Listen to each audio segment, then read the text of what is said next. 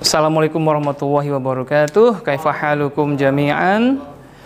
Natamanna lakumut taufiq wal hidayah wal inayah. Mudah-mudahan sehat. Baik, hari ini kita belajar tentang peta bahasa Arab ya. Jadi kalau kita belajar terus kita membaca baik itu Al-Qur'an, hadis ya, Quran, buku atau kitab, kita perhatikan komponen utama yang ada di bahasa itu ya kata ya.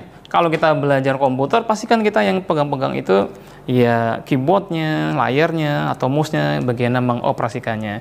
Nah kalau dalam bahasa Arab itu ada 3 komponen utamanya, yaitu pertama seperti kemarin kita belajar ada isim ya, kata benda, ada fi'il dan juga ada harf ya. Isim kata benda, fi'il kata kerja dan harf. Tetapi nanti kalau kita baca ini ketemu isim kita harus digimanakan ya, ketemu fi'il digimanakan, ketemu harf digimanakan. Nah isim kalau kita ketemu di sebuah teks isim, lihat secara apakah dia itu kata benda atau isim berdasarkan gendernya itu. Nanti kita lihat dia laki-laki, maskulin atau feminin ya. Nah laki-laki itu isim yang kata benda kategori yang laki-laki kita sebut sebagai isim mudzakkar ya. Kalau yang feminin kita sebut sebagai muannas ya.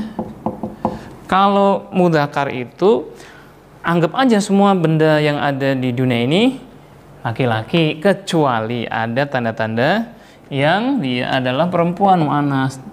Paling mudah adalah ada tak marbutohnya, kolamun itu ya mudzakkar. Tapi kalau saburatun atau mistarotun itu muannas. Yang kedua berdasarkan number, maksudnya adalah berdasarkan jumlahnya. Ini atau adat ya, adat. Kalau gender itu berdasarkan jenisnya ya. Nah berdasarkan number adatnya ya tentu jumlahnya ada 1, 2, 3.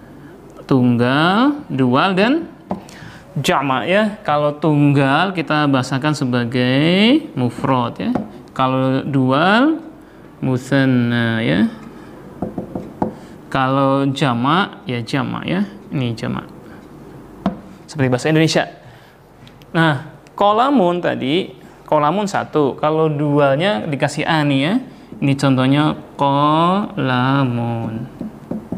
Kalau 2 kola kasih ani ya, kolamani.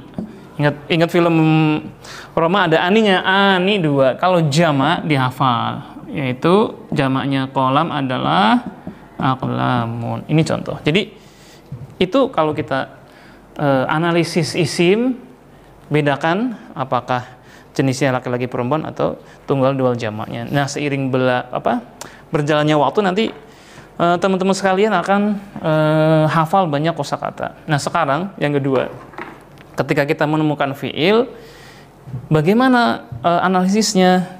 Nah ini paling mudahnya adalah dianalisa apakah dia fiil madhi ya, apakah mudhari atau dia fiil amr ya. Madhi itu artinya adalah past ya, past tense. Madhi, mudhari adalah present, future juga ini di sini. Dan amr itu dia imperatif ya, imperatif. Kalau dalam bahasa Inggris kita kenal misalnya go menjadi when di past dan gone ini perfect ya. Atau eat, ate, eaten.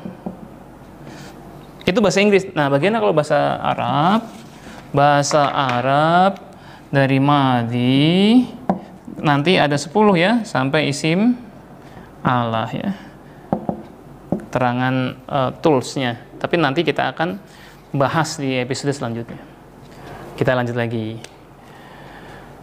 Toyib, kita masuk komponen utama yang ketiga yaitu harf. Harf itu kita bahasakan sebagai virus ya, virus. Kenapa? Karena harf ini kan potongan-potongan huruf kecil-kecil ya, kayak fi, bi, min gitu. Yang mereka itu bisa menyerang fiil, bisa menyerang isim. Untuk yang tadinya defaultnya kan harokatnya u, bisa nanti berubah menjadi bisa menjadi harokatnya i ya, bisa menjadi a, bisa menjadi sukun ya, otomatis. Nah, yang harf-harf yang kategori i ini biasa kita sebut sebagai harf jar ya, jar. Kalau yang a kita sebut sebagai harf nasab ya, nasab, dan yang sukun kita sebut sebagai harf jazm ya, jazm. Jadi kalau harf ini kayak virus ya, ada yang memang spesial menyerang isim, ada yang spesial menyerang fiil, ada juga yang dua-duanya diserang. Yang pertama yang harf jar ya, atau i, dia itu virus yang memang dia setia ya, dia setia hanya mendampingi isim ya, udah kayak pasangan setia nih. Dia hanya menyerang isim ya. Nah, jar itu misalnya isim, ini ada kata fi, depannya harus isim, dikasih al masjid ya, masjid. Asalnya kan masjidu dari kamus. Karena ada fi maka bukan masjidi, apa masjidu, tapi menjadi masjidi ya. Karena ada virus i atau huruf jar. Yang kedua, huruf nasab ya.